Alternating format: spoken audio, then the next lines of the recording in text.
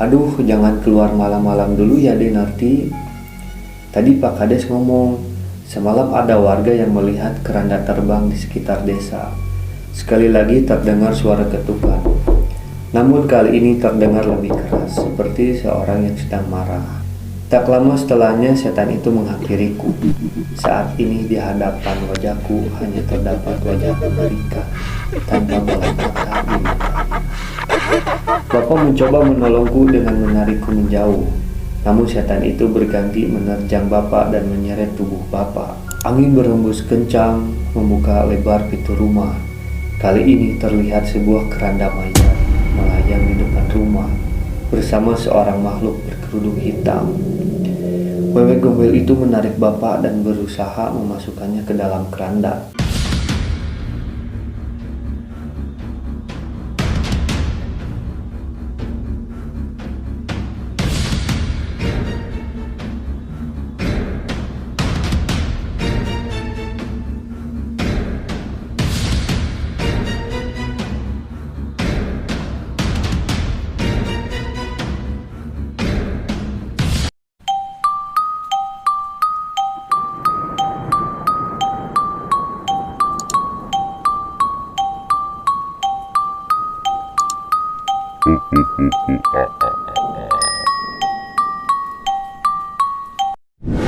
Assalamualaikum warahmatullahi wabarakatuh. Balik lagi bersama saya Julian di Amarta Channel. Sudah masuk malam Jumat, waktunya kita cerita horor. Nah guys, di video kita kali ini saya akan menceritakan treat horor atau cerita horor dari akun Twitternya Dioseta yang berjudul Lampor atau Hantu Keranda Mayat. Oke, jadi saya akan menjelaskan sedikit saja di sini. Jadi hantu lampor ini hantu yang sering mengetuk pintu rumah gitu. Jadi menurut warga sekitar tengah malam suka ada yang mengetuk pintu rumah sendiri, tapi nggak kelihatan sosoknya apa. Terus ada juga yang bilang hantu ini hantu keranda mayat yang bisa terbang dengan sendirinya gitu. Nah, terus katanya kalau kita membuka pintu itu suka ada kejadian-kejadian aneh setelahnya gitu. Ada yang sakit berat, terus ada juga yang sampai meninggal dunia juga gitu. Nah, terus jangan lupa juga follow akun medsosnya Dioseta gitu. Nah, sebelum saya mulai cerita di video kali ini, biar kami lebih semangat lagi buat video-video berikutnya, jangan lupa dukung terus channel kami dengan cara subscribe, like, dan juga komen, serta share video ini sekarang juga. Oke guys, langsung aja berikut ceritanya.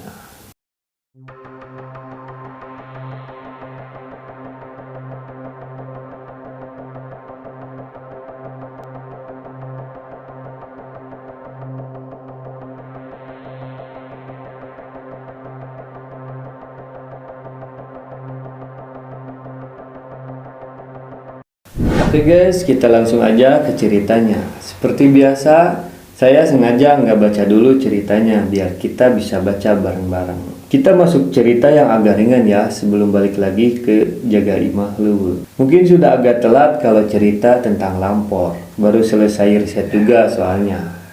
Semoga tetap bisa menghibur di hari PPKM ini. Oke, langsung aja.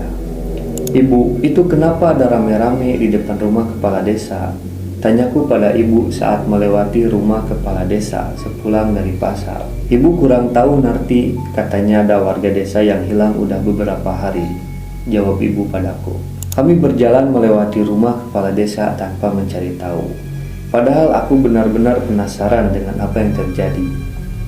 Sesampainya di rumah, terlihat bapak juga baru sampai dari menjual hasil kebun di kota sebelah. Bapak udah sampai, capek ya? Mau Narti bikinin minum apa? Tawarku pada bapak. Iya, bikinin kopi hitam aja. Ini ada oleh-oleh buat kamu, jawab bapak sambil memberikan sebuah kantong kresek dari tangannya. Aku segera masuk ke dalam rumah dan membuat kopi hitam untuk bapak. Dari dapur terdengar suara perbincangan antara bapak dan ibu. Bu, benar Pak Supri hilang? Tanya bapak kepada ibu yang sedang membereskan belanjaannya. Cerita dari warga begitu Pak, bapak kan temannya. Beneran gak tahu Pak dia kemana? Jawab ibu dengan berbalik bertanya. Terakhir ketemu bapak sekitar 3 hari yang lalu. Habis itu bapak udah gak dengar kabarnya lagi, cerita bapak. Aku mengantarkan segelas kopi hitam kepada bapak dan ikut dalam perbincangan mereka. Hari mulai malam, hari ini aku berjanji untuk mengantarkan baju jahitan ibu ke rumah temannya di ujung desa. Tak seperti biasa, jalanan di sekitar desa sudah sepi. Padahal azan maghrib baru saja berlalu. Hembusan angin dingin yang cukup besar meniup belakang leherku. Rasa menggigil yang tidak biasa aku rasakan di seluruh tubuh. Pantas saja warga mengurung diri di rumah. Mungkin karena anginnya sedang besar. Aku meneruskan perjalananku hingga sampai ke rumah salah satu pelanggan ibuku.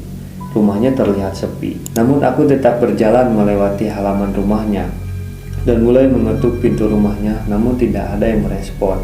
Dari jendela terlihat ada aktivitas di dalam rumah. Namun mengapa mereka tidak membukakan pintu? Aku mengetuk lagi lebih keras, namun kali ini dengan teriakan. Permisi, Ibu Narti mau nganterin jahitan. Kali ini tak menunggu lama, teman ibuku itu membukakan pintu. Ya ampun Narti, kenapa nggak besok aja? Sambutnya dengan muka yang terlihat agak pucat. Ya nggak apa-apa bu, besok kan Narti sibuk bantuin bapak, jawabku. Aduh, jangan keluar malam-malam dulu ya deh Narti. Tadi Pak Kades ngomong, semalam ada warga yang melihat keranda terbang di sekitar desa. Ceritanya kepadaku.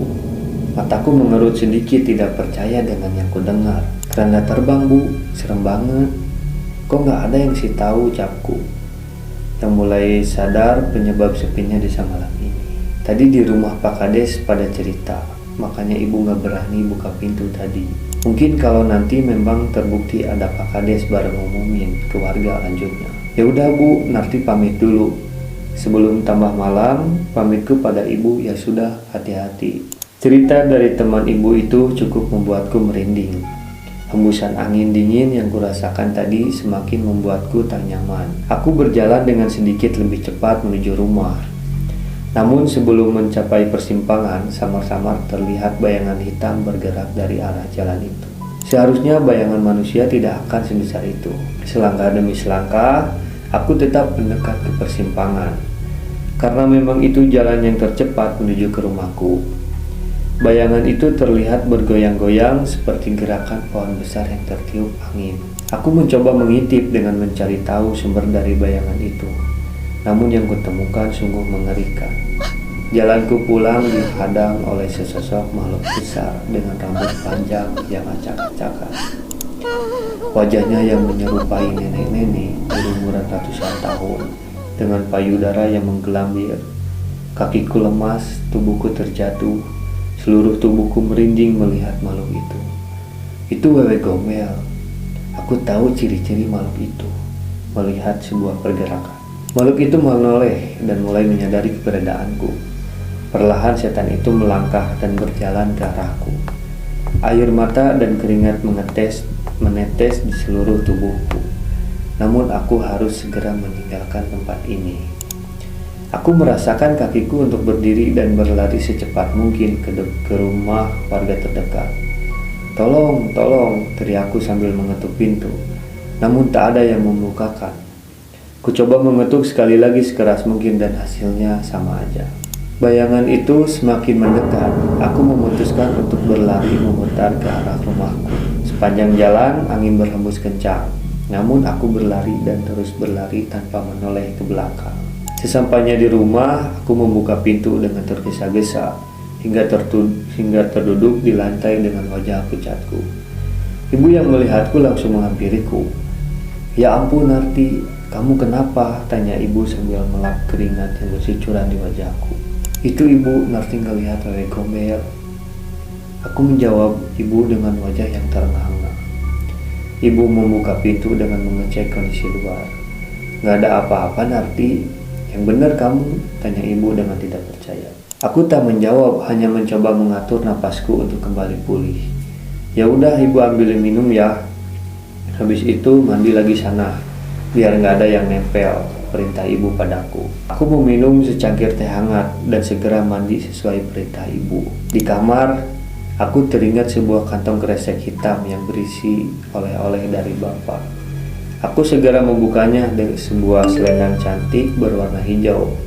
Dengan serat yang halus kukeluarkan dari kantong kresek yang sama sekali tidak cocok untuk menjadi tempatnya. Aku keluar kamar bermaksud berterima kasih kepada bapak dan menunjukkannya kepada ibu. "Bapak, bagus banget selendangnya. Terima kasih ya pak," ucapku pada bapak. "Wah ya bagus. Bapak dapat dari mana?" tanya ibu pada bapak yang sedang menyeruput kopi buatan ibu. "Beli sama teman bapak pas ketemu di luar kota kemarin," jawab bapak. Aku mencoba selendang itu, namun entah mengapa ada rasa yang tidak dapat kujelaskan saat mengenakan selendang ini. Hari semakin malam. Setelah kejadian tadi, aku cukup lelah dan mencoba tidur lebih cepat. Dan tanpa sadar, selendang pemberian bapak masih tergenggam di tanganku. Ular tidak hanya satu, tapi sekumpulan ular terlihat mendekatiku. Entah mereka datang dari mana, satu persatu ular-ular itu menghampiriku dan melilit tubuhku. Aku mencoba berteriak, namun seperti tidak ada yang mendengar. "Tolong, tolong!" Namun seekor ular mulai mendekat, menegakkan tubuhnya dan bersiap menyerangku. "Narti, bangun Narti!" Suara ibu terdengar dan membangunkanku dari mimpi buruk tadi. Aku tak berbicara sama sekali dan hanya memeluk ibu. "Narti, mimpi buruk?" "Mau ibu temenin?" ucap ibu padaku. Aku hanya menggelengkan kepala menjawab pertanyaan ibu. "Ya udah, ambil minum dulu sana, biar gak balik lagi mimpinya," perintah ibu padaku. Ibu melepaskan pelukannya dan membiarkanku berjalan ke dapur. Namun perlahan terdengar suara ketukan di pintu rumah. Karena suaranya pelan, aku tidak menghiraukan dan tetap berjalan ke arah dapur. Lagi pula ini tengah malam. Siapa juga yang ingin bertamu di jam segini, pikirku. Sekali lagi terdengar suara ketukan. Namun kali ini terdengar lebih keras, seperti seorang yang sedang marah. Bapak dan ibu yang merasa kaget terbangun dan berjalan keluar untuk membukakan pintu. Keanehan ini membuatku teringat akan cerita teman ibu tadi mengenai keranda terbang. "Bapak, ibu, jangan dibuka!" teriakku sambil berlari menghampiri mereka. Namun terlambat, bapak sudah membukakan pintu itu. Hembusan angin dingin memasuki ruangan. Aku menghampiri mereka dan mencoba melihat keluar. Namun tidak ada apapun di sana. Bapak bersiap menutup pintu dan kembali ke kamar. Namun mendadak lampu rumah berkedip tak beraturan. Sesosok makhluk besar terlihat berdiri di belakang kami. Setan wanita berwajah tua dengan borok hampir di seluruh kulitnya dan payudara yang menggelambir, persis dengan yang kutemui tadi terlihat di hadapan kami. Wajah bapak dan ibu terlihat pucat. Makhluk itu mendekat, menghampiri kami. Aku melemparkan semua benda yang bias kurai ke makhluk itu, namun setan itu tidak bergeming. Tak lama setelahnya setan itu menghampiriku. Saat ini di hadapan wajahku hanya terdapat wajah mengerikan tanpa bola mata di matanya. Bapak mencoba menolongku dengan menarikku menjauh, namun setan itu berjanji menerjang bapak dan menyeret tubuh bapak. Angin berhembus kencang membuka lebar pintu rumah. Kali ini terlihat sebuah keranda mayat melayang di depan rumah bersama seorang makhluk berkerudung hitam. Cewek gombel itu menarik bapak dan berusaha memasukkannya ke dalam keranda. Bapak mencoba melawan dan kami mencoba menariknya. Namun semua percuma. Setelah berhasil membawa bapak, makhluk itu mencoba meninggalkan rumah kami. Mencoba melawan rasa takut, aku keluar dan mencoba mengejar mereka. Namun yang kulihat saat ini di luar jauh lebih mengerikan. Lusinan pocong dengan wajah yang tidak berbentuk berkumpul di sekitar rumahku. Hampir di seluruh kain kapan pocong itu terlihat ular-ular seperti yang muncul di mimpiku tadi. Aku menahan langkahku, menghampiri ibu dan menutup pintu menghindari serangan pocong-pocong itu. Entah apa yang akan terjadi pada bapak. Di pagi harinya aku menceritakan kejadian semalam pada Pak Kepala Desa dan warga. Warga sudah cukup resah dengan kejadian sebelumnya. Akhirnya kami sepakat memanggil orang pintar untuk menemukan orang-orang yang hilang. Sore ini Pak Kades datang ke rumahku dengan seorang kakek parubaya. Dengan membawa sesajen dan kemenyan, kakek itu mengelilingi rumah dan mencoba memeriksa dan menerawang kejadian semalam. "Selendang hijau itu dari mana kalian mendapatkan benda itu?" tanya orang pintar itu. "Ini bapak yang beli dari temannya," jawabku. Orang itu memperhatikan selendang itu dan membawanya. "Ada sesuatu yang tidak wajar dari selendang ini. Malam ini kumpulkan pemuda desa di tempat ini. Kita hadapi langsung makhluk itu," perintah kakek itu. Warga mengikuti perintah kakek tua itu. Ibu menyediakan tikar dan makanan ringan untuk warga yang menjaga. Menjelang tengah malam, tak ada tanda-tanda makhluk itu akan muncul. "Pak, maaf, kalau banyak orang bukannya mereka nggak akan datang?" tanya seorang pemuda desa. "Kita bukan menunggu mereka. Saya yang akan panggil mereka," jawabnya. Semenjak tadi, kakek itu sudah semedi dengan sesajen dan kemenyan di hadapannya. Kali ini ia membacakan suatu mantra yang membuat kami merinding mendengarnya. "Mereka sudah di sini," ucap kakek itu sambil berdiri. Warga yang di dekatnya melihat sekeliling dan tidak menemukan apapun. Namun kakek tua itu melibaskan obor di halaman rumah dan mulai terlihat. Lusinan pocong dengan wajah tak berbentuk telah berkumpul mengelilingi rumah. Para pemuda yang sebelumnya tenang kini terlihat gentar. Dari balik kumpulan pocong itu muncul sebuah keranda yang melayang diiringi oleh makhluk berkerudung hitam dan wewe gombel. Kali ini suara berisik terdengar dari makhluk-makhluk itu. Sebelum makhluk itu mendekat ke warga, orang pintar itu menghampiri keranda terbang itu. "Jika ini yang kalian cari, bawalah dan kembalikan kepada sang ratu. Setelahnya kembalikan mereka yang kalian bawa," ucap kakek itu. Kali ini makhluk berkerudung hitam yang mendekat. Makhluk itu mengambil selendang pemberian bapak. Melihatnya kami sedikit tenang, berharap setelah ini orang-orang yang hilang bisa kembali.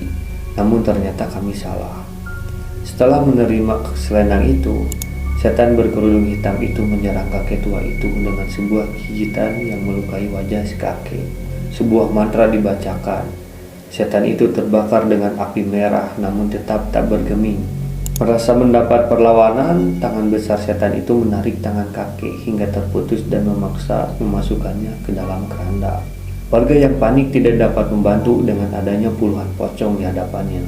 Sebaliknya kami semua berhamburan dan masuk ke rumah meninggalkan dukun itu dan menutup pintu secepatnya. Suara ramai terdengar menjauh seolah rombongan setan itu sudah pergi. Warga yang putus asa hanya bisa menunggu sampai pagi dan membubarkan diri. Setelah kejadian semalam, keadaan desa semakin mencekam. Setelah azan maghrib, tidak ada warga yang berani keluar rumah. Setiap malam, warga menutup pintu rumah dan tidak akan membuka bila ada ketukan di tengah malam. Pernah ada warga yang membuka pintu karena merasa ada tamu yang butuh bantuan. Namun berakhir tragis. Orang itu meninggal dengan penyakit yang tidak diketahui penyebabnya. Suatu ketika, seorang ustadz kenalan seorang warga sedang mampir ke desa. Ustadz muda itu merasakan ada hal yang aneh di desa ini. Dengan sedikit paksaan, warga menceritakan dengan jujur saat memanggil orang pintar untuk mengusir setan yang meneror desa ini. Akhirnya ia memanggil teman-teman pesantrennya dan mengadakan pengajian tiap malam. Awalnya warga takut untuk mengikuti, namun melihat semua warga yang ikut pengajian ternyata aman dari serangan makhluk itu. Akhirnya seluruh warga ikut bergabung. Di hari ketiga, Bapak ditemukan muncul dari pepohonan di pinggir desa dengan kondisi linglung dan tidak ingat dengan dirinya. Pak Ustadz berpesan agar kami rajin membacakan ayat-ayat suci untuk Bapak, untuk menghilangkan pengaruh setan-setan itu dari Bapak. Hingga sekarang warga lain dan orang pintar yang hilang tidak pernah ditemukan. Namun suasana desa tidak lagi mencekam. Warga sudah berani beraktivitas seperti biasa. Jangan pernah bernegosiasi dengan roh jahat. Kuatkan iman kalian. Manusia adalah makhluk yang paling mulia. Tak sepatutnya kita merendahkan diri di hadapan makhluk-makhluk itu. Pesan dari Pak Ustadz, menyadarkan kesalahan kami dengan mengundang dukun yang akhirnya semakin berakibat buruk pada desa kami. Saat berniat meninggalkan desa, sang ustadz memerintahkan warga untuk meneruskan pengajian di desa agar tidak ada niat-niat jahat dari setan-setan tersebut untuk menyerang desa kami lagi. Nah guys, sekian cerita dari Dioseta ini. Nah, ini sedikit catatan dari dia. Pasti banyak yang membaca cerita Lampor yang berbeda dari cerita saya.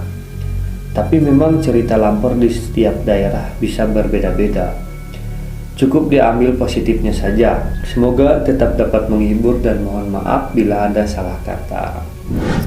Oke guys, gitu aja cerita dari akun Twitternya Dioseta yang bercerita tentang Lampor atau hantu keranda terbang. Nah, buat kalian yang penasaran, langsung aja follow akun Twitternya Dioseta. Dan ada akun medsosnya juga. Nah, dan yang terpenting, biar kami lebih semangat lagi buat video-video berikutnya, dukung terus channel kami dengan cara subscribe, like, dan juga komen, serta share video ini sekarang juga. Oke, segitu aja. Selamat bertemu lagi di malam Jumat berikutnya. Sekian, saya Julian, Amarta Channel undur diri. Assalamualaikum warahmatullahi wabarakatuh.